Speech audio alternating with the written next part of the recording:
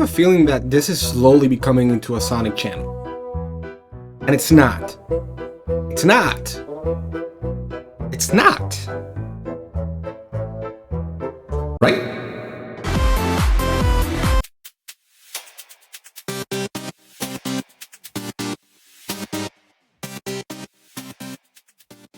Sonic, oh Sonic, it's been a wild ride with you, especially now with being the only video game adaptation to have a surprisingly successful run in the big screen with 3 very good movies and a very divisive show. I personally like it. I remember watching the first Sonic movie trailer and, let's face it, everybody does. And as excited as I was for watching a Sonic movie, I also realized that I really haven't played much of the 3D games. The last 3D Sonic game that I remember playing was Sonic Generations, and man, that was a great game. So many years later, I got an Xbox Series X and played Sonic Unleashed. I made a video sometime later. Anyway, the point of this is that since then, I embarked on a journey to discover the good, the bad, and the meh of Sonic games. I even got a Wii U and bought Rise of Lyric to check if it was really that bad. It was.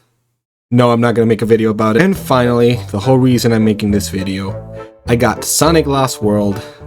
It's quite a ride. So first off, this is not a Sonic channel. I want to be very clear about that. There are enough Sonic channels out there, so I'm just here giving my honest opinion about the game. And although I'm not a hardcore Sonic fan, I know a lot about the lore of the games, and I even grew up with the earlier titles, more specifically Sonic the Hedgehog 2, so please don't come at me saying that I don't understand Sonic games. I'm just doing my best here. Second, I really invite you to keep an open mind through this journey, and hopefully you can see a different perspective on this game considering how the community is mixed on this game. Or at least that's what it says on Steam. And lastly, the footage that you're gonna see is from the PC version, which is kind of the same as the Wii U because, you know, unfortunately I couldn't get the Wii U footage, so I had to replay it on PC. So yeah, it's that good.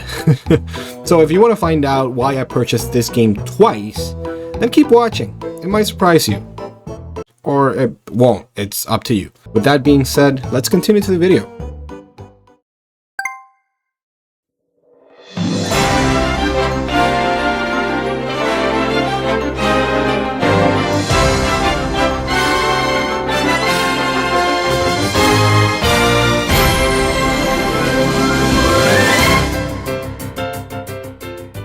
Sonic Lost World is an action-adventure and platformer game developed by Sonic Team, published by Sega, and released on October 18th, 2013. By the time of writing, it's been almost 12 years since then. God, I'm getting old. The game follows Sonic. No shit, he's in the title. And Tails trying to stop the evil Dr. Eggman from capturing critters to use them as an energy source for his machines. In the process, Tails' plane gets damaged, and they end up in the Lost Hex, a place full of secrets and adventure. This is where my adventure began. I like this introduction to the game, actually. It's pretty straightforward. It's almost like we've been following them fighting each other for decades at this point, and the game really expects us to know their dynamic. Wait. While it's nothing like the intro from Unleashed, it's just what I need, something short and sweet. The story plays out like a Saturday morning cartoon. Lots of hijinks, jokes, and some character development for Sonic, surprisingly. The cutscenes in this game are very simplistic, nothing to write home about, but let's be honest, who plays Sonic for the story? Lots of people, apparently. This is one of the criticisms of the game. It's a little too childish. Clearly, they had a younger demographic in mind, which I don't really mind that much. It's good to sometimes just shut your brain off and just watch the story while it goes along. I do agree, however, that most of the jokes don't land at all. One word of helpful advice: diet and exercise. That's 3 words. Hey! Whoa! I think I'll have you for dessert. Don't talk with your mouth full. Yeah, right. Hey, I forgot the mustard. Be right back. Hey, where do you think you're going? Here's the thing. Just because it's targeted for a younger audience, it shouldn't mean that you should be making these types of jokes, Sonic Team. I probably chuckled once or twice, but it really wasn't for a particular joke. It was because of Sonic's cockiness. Cockiness? Is that even a word? That's where this story excels, in my opinion. It starts with the usual Sonic banter, and I couldn't help but love his attitude. He can be a bit of a dick at times, but still a charmer. The game really shows how much he cares about his friends too, with scenes where you can see him being worried or even feeling guilty about Tails getting captured near the third act of the game. Also, his punch first, ask questions later attitude is in full display here, which is part of his development throughout the game, something that I wasn't expecting on my first playthrough. Before I get into detail, let me talk about the rest of the gang. Tails is here, and he is a little more involved with helping Sonic out, using his gadgets and smarts. He complements Sonic's impulsiveness with him being more calculating and chill. I can definitely see why these two are best friends. They are both willing to help each other and have fun in the process. When he gets captured, it's used as a turning point for Sonic. They could have showed Tails being incompetent like they did in Sonic Forces, but here he uses his smarts to get out of the situation in the smartest way possible. Also, he becomes a cyborg in the end. That's pretty badass. I'll never serve you. I was hoping you'd say that. Destroy Sonic.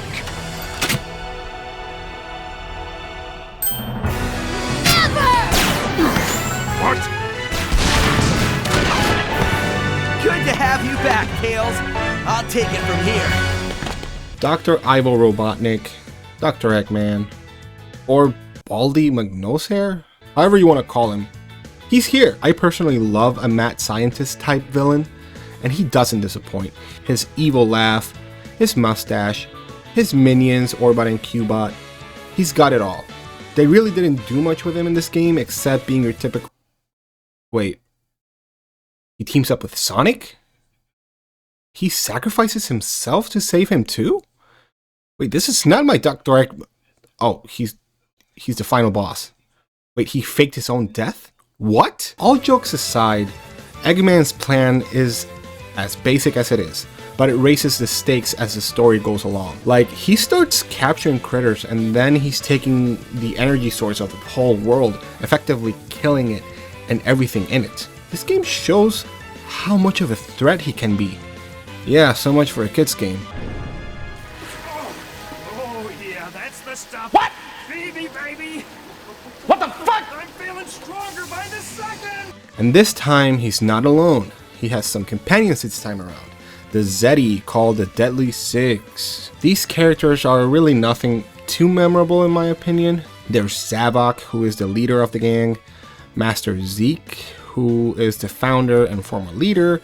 He's kind of like an evil Master Roshi, sort of. There's Zaz, the psychopath. Xena, the girl of the group, literally, she's just a girl in the group. She almost has no personality. Zomam, or Zomam, or whatever it's called, the fat one. Literally, he gets insulted every time by one of the characters. Fat one, go take care of that blue pest. Hey, who are you calling fat? You! And finally, Zord, the teenage emo one. Honestly, I'm not a fan of these characters. There's no clear motivation as to why they are evil. The only thing we know is that they were being controlled by Eggman using this conch thing, which gives them a slight headache?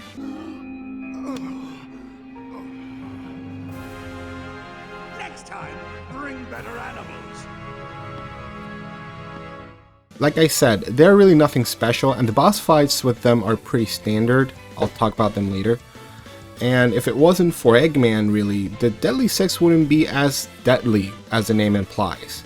This is the biggest flaw in my opinion, and it wouldn't be that much of a problem if they weren't as prominent as they are, so other than that, I don't really have anything else to say about them.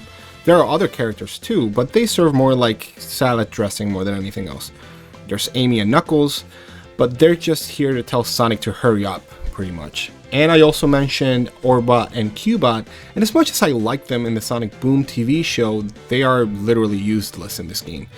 The story tries to put them as comic reliefs, but if everybody's making a joke every 10 seconds, are they really necessary? Oh yeah, that's the stuff! As you can see, the story tries to be serious at times, but it comes after a long period of bad jokes, lame insults, and underwhelming motivations by the Deadly Six.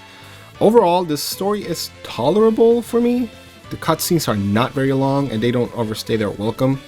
It tries things differently in some respects, but it might not appeal to everyone. If you skip the cutscenes though, you will still have a good time with this game. Trust me on that. You liking the video so far? Then why don't you go ahead and subscribe, and please press that like button. That would really help me out a lot. With that being said, let's continue with the video. Okay, so let's talk about the gameplay. Well, Sonic has been known for having some of the smoothest control systems like Sonic Adventure 2 to janky and almost unbearable like Sonic 06. So in this one it feels surprisingly good. I must admit that having to press a button to run in a Sonic game is a little weird, but I got used to it pretty quick my first time around. The turning, jumping, running through ramps feels so satisfying. The parkour system can be a little hard to control sometimes, especially because it's not explained properly other than press this button to do this, but when it works pretty well. Certain levels have gimmicks where the controls do feel a little off. For example, Desert Ruins Zone 2 is almost like the boosting sections of past games, with the difference that I have to complete it in one go. Sonic is at top speed during the whole thing, so I had to be very careful with my jumps, which weren't that much of a problem, but it does feel a little iffy at times. Either I turned too much or not enough, so I would end up crashing for no reason whatsoever. The level that I truly hate though is Frozen Factory Zone 2, and for those who have played the game, they know what I'm talking about. Yeah, it's the one where Sonic turns into a snowball, and I had to control it so awkwardly, and dealing with enemies was my downfall. I almost failed the level because of the boss fight in the end, where I really didn't understand how to hit the snowman. I was struggling. Michael! Don't leave me here! Michael! Michael! What the fuck? Overall, it controls as smoothly as it can be. Quite challenging at times, but not as infuriating as other people make it to be. The thing that I really like the most though is when you do a homing attack. You have two ways to do it, so you can kick your enemies into each other, or you can do a regular homing attack. It does lock multiple enemies at the same time and get them all in one go, which is really cool to see. Unsurprisingly, the game gets difficult the more you play it. I ended up getting 3 game overs in the later stages. That's pretty much because of the variety and complexity of each level. 1 second I was doing a 3D section, then moving to a 2D, then all of a sudden I was sliding through sand or something like that. It keeps you on your toes. Also, I hate this owl. It's pretty creepy. I don't like those eyes. Anyway, the gameplay is pretty solid and enjoyable. No glitches or bugs either, which is surprising. The level of polish given to this game is pretty outstanding. I didn't feel like the game was trying to screw me over. It really all came down to the controls themselves, and I ended up learning my way through each level, except in that snowball section. It can go f*** itself. The level design varies when it comes to different biomes. It has from Windy Hill, Desert Ruins, Tropical Coast, Frozen Factory, Silent Forest, Sky Road, and Lava Mountain. You might have guessed it from the names, but every world has its own theme and aesthetic that are pleasing to the eye. The color palette is vibrant and unique to each biome. One of the criticisms that this game had on launch was that it looks a little too much like Mario, more specifically Mario Galaxy, and I mean, I can kind of see it. I just don't understand why that's a bad thing, because it does it to an extent that it doesn't look out of place for a Sonic game. The levels are pretty straightforward, which in that regard is kind of weird to me. I've always liked how you can find different shortcuts to get to the goal faster each time you go back. While it does have variety, like I said in the previous point, it's mostly point A to point B. Sonic looks great in this game too, and it's cool to see him charge his speed like in Sonic CD with his legs doing the infinity thing. You know, because Sonic is fast. Get it? I love how in each lever there's something that distinguishes itself from one another. My only caveat is Desert Ruins? Desert Ruins? Yeah, that's a name. It feels a little off place compared to the rest. I get the idea, but the execution wasn't as sweet as they probably thought. Get it? Sweet? Get sweet? No? Okay. Beyond that, I think that this is probably the most polished and arguably the best looking 3D Sonic game after Unleashed, in my opinion. Soundtrack of this game is amazing. There are no songs with vocals, but it's still great to listen to. The main theme is so exhilarating for me. It captures the sense of adventure and wonder that this world brings. Does it compare to other OSTs like Sonic Adventure 2?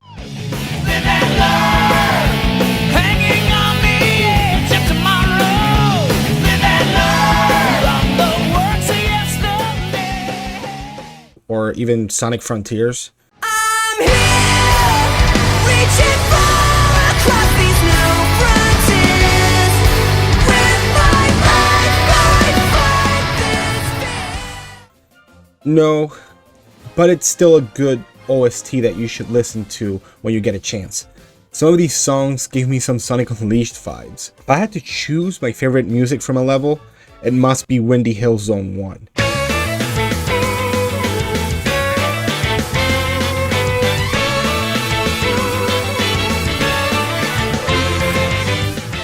So energetic and full of life. One of the best level 1 songs out there, in my opinion. My least favorite is the boss fight one. It's almost the same song at every boss fight. I mentioned that at the Deadly 6 point where they were not too memorable for me, and this is one of the reasons. The song is good, don't get me wrong, it's good. It's just that it would have been cool for each of them to have like a different theme song. But no, we got this instead.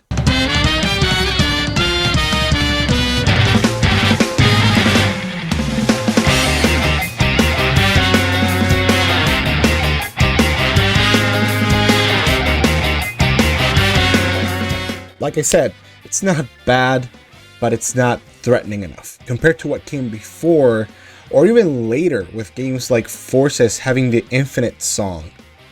when everything you know has come in collision with dying rising high, only scars remain of the world. We're finding the ashes into the sun, and there's no one left to carry. This is an illusion. Open up your eyes as pain.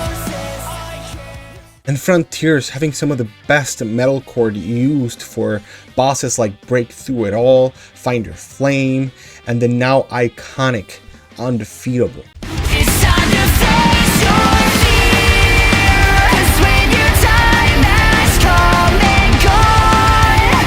I'll be the one to carry on, and you can throw me to the wolves, 'cause I am undefeatable.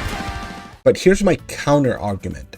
As much as I prefer that type of boss music, it really wouldn't complement the gameplay. Not even the boss fights. I can definitely understand that they went on a different route on this one.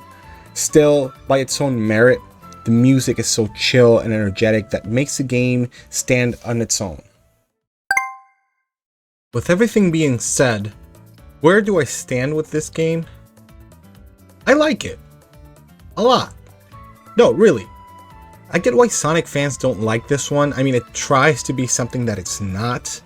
But that something being Mario, regardless, I found myself having a lot of fun with it. And the fact that it's so polished and full of vibrant colors, complexity on its levels, and a really good soundtrack, it all came together like a good homemade meal. It's enough for me to keep my belly full and satisfied. While others might call it, what do kids say now? Oh yeah, mid. It shouldn't be a bad thing. This game is an example of having more fun with a 7 out of 10 game than having a perfect 10 out of 10 and be boring. So getting a game like this reminds me that as much as I like AAA games with massive budgets, nowadays they don't take as many risks. Sonic Lost World is flawed, but the fun is still there.